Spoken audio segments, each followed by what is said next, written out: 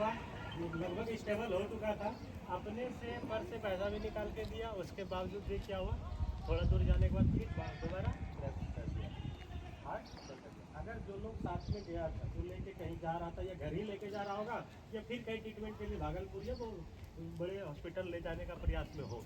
तो होता क्या है, अगर उस लोगों में से किसी को जानकारी होता तो ये प्रक्रिया देता, शायद देते हुए वापस हॉस्पिटल जो लाया, तो अगर श्वास चलते रहा या हार्ट बीट चलते रहा तो डॉक्टर ट्रीटमेंट स्टार्ट करे। लेकिन यहाँ आते हुए पता क्या चला, व्यक्ति डेथ हो चुका है। हमारे साथ होता क्या है कि हार्ट अटैक, कार्डियक अरेस्ट, आपके शरीर में किसी भी प्रकार का कोई भी समस्या हुआ, आप बेहोशी की अवस्था में, उस कंडीशन में होता क्या है कि हम को कोई इस चीज़ का पता नहीं लगा पाता है हमारे साथ कोई श्वास चल रही है कितना देर तक चलेगा, किसी को पता लगा सकता है। व्यक्ति बेहोश है, बेहोशी की अवस्था में पड़ा हुआ है, आप ये मत देख रहे हैं कि श्वास वगैरह चल रहा है, दिल धड़क रहा है, शरीर में थोड़ा बहुत हलचल है, हम बुला रहे हैं, आवाज़ दे रहे हैं, इशारा कर रहे हैं, हिला रहे हैं, डुला रहे हैं, कोई रिस्पॉन्स नहीं दे रहा है। वैसे लोगों को कौन अनुमान लगा के लिख के दे सकता है कि घंटा रहेगा, 2 घंटा तक रहेगा, 4 घंटा तक रहेगा, किसी को टाइम नहीं पता है। एक अनुमान लगा रहे, कभी अगर श्वास चल रहा है, वक्त पे अगर हॉस्पिटल पहुंच जाए तो शायद हम किसी व्यक्ति का जीवन बचा सकते हैं। कार्डियक अरेस्ट में सबसे ज़्यादा क्या है कि टाइम का बहुत बड़ा मैनेजमेंट है, अगर वक्त पे हॉस्पिटल पहुंच गया तो शायद आपके जीवन को बचाया जा सकता है। और इस तरह का केसेस में होता क्या है, कोई बीमारी निर्धारित नहीं है, किसी का पता नहीं है कब किसके साथ होना है, हमारे साथ होगा, आपके साथ होगा, किस उम्र में होगा, इसका कोई टाइम का पता नहीं है। अगर किसी व्यक्ति के साथ इस तरह का घटना होता है, पहले हम चीज़ों को समझेंगे, हमारा शरीर काम कैसे करता है। हर व्यक्ति को सबसे ज़्यादा भूख क्या शरीर करके, शरीर के अंदर कुछ भी हो रहा है वो सारा खेल किसका है, ब्रेन का। अब ब्रेन को कहीं ना कहीं ऊर्जा मिलता होगा, वो ऊर्जा तब मिलता है जैसे हमारा शरीर में दो चीज़ें हर क्षण आवश्यक है चलना, एक आपका लंग्स काम करते रहे हमेशा और दूसरा हार्ट बीट चलते रहे। बाकी शरीर में थोड़ा बहुत मान के चलिए कोई चीज़ में उतार चढ़ाव भी होता है, हमारा शरीर ऑब्जर्व कर सकता है। आप एक तरफ हाथ बंद कर देते हैं, बांध देते हैं, तो इधर आपको गुनगुनाहट फील होने लगता है, ये चीज़ें हो सकता है। लेकिन शरीर के अंदर बांध देते हैं, ये एरिया बांध के देखे हैं किसी का मौत ही हो जाता है ना, वही बांधा ना, कोई फांसी लगा रहा है तो क्या कर रहा है, क्योंकि जैसे इसको अगर गला बांध देता है तो उसमें होता क्या है कि आपका इनकमिंग और आउटगोइंग दोनों का, पहला जो नाक और मुंह से आप सांस ले रहे हैं वो अंदर जा रहा है, इस वातावरण में जितनी भी हवा चल रहा है, हवा में तैर रहा है ऑक्सीजन, वो ऑक्सीजन हमारे शरीर को बहुत आवश्यक है, हर व्यक्ति को पता है। इस पृथ्वी में जितना भी जीव जंतु है, हर जीव को क्या चाहिए,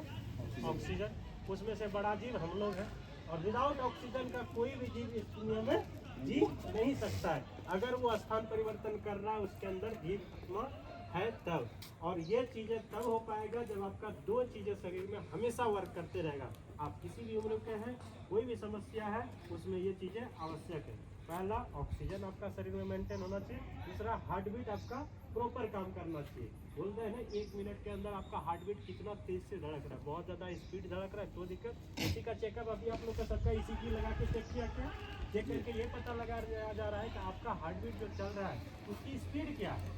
ओवर स्पीड है तो दिक्कत है, और ओवर स्लो है तो दिक्कत है। क्योंकि हार्ट की स्पीड होगा तो आपका क्या होगा, शरीर के अंदर जो भी ब्लड है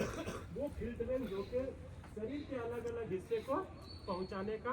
काम करता है, तो वो उसका काम है हार्ट का। हार्ट क्या कर रहा है, आपके शरीर में जो भी ब्लड है वो वापस लाता है और वापस फिल्टर करके शरीर के अलग अलग हिस्से को भेजता है। ये आने की जो प्रक्रिया है उसकी स्पीड है 80, और जो वापस इधर से जो जा रहा है उसकी स्पीड है 120। इसीलिए ब्लड प्रेशर का मेजर आता है ना 80, 120 होगा 80। अब इसमें किसी का 20 ऊपर चढ़ जाए और 20 नीचे आ जाए, फिर नीचे वालों में भी 20 बढ़ जाए या 20 नीचे आ जाए,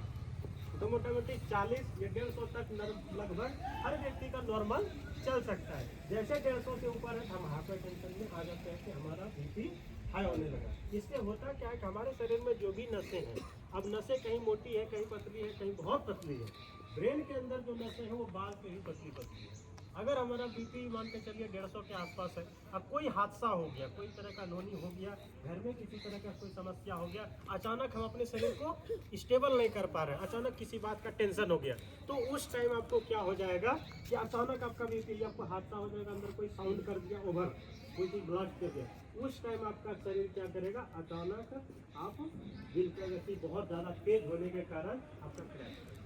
हो सकता है, आपका ब्रेन में किसी तरह का हेमरेज छोटी मोटी हेमरेज करेगा तो क्या होगा कि शरीर के अंदर कोई नसें है जो ब्लॉकेज हो जाएगा या ब्रेन के अंदर फट गया तो वो क्या होगा कि आपका किसी तरफ शरीर का अंग काम करना बंद कर देगा, जिसको बोलते हैं हम लोग। ज़्यादातर ये केसेस आपको लगता है शीतलहर में या ठंडे के टाइम में ज़्यादा होता है, क्योंकि उस टाइम हमारा शरीर उतना टेम्परेचर मेंटेन नहीं कर पाता है। हम लोग का बॉडी टेम्परेचर मेंटेन करने के लिए ना सारे लोग हम लोग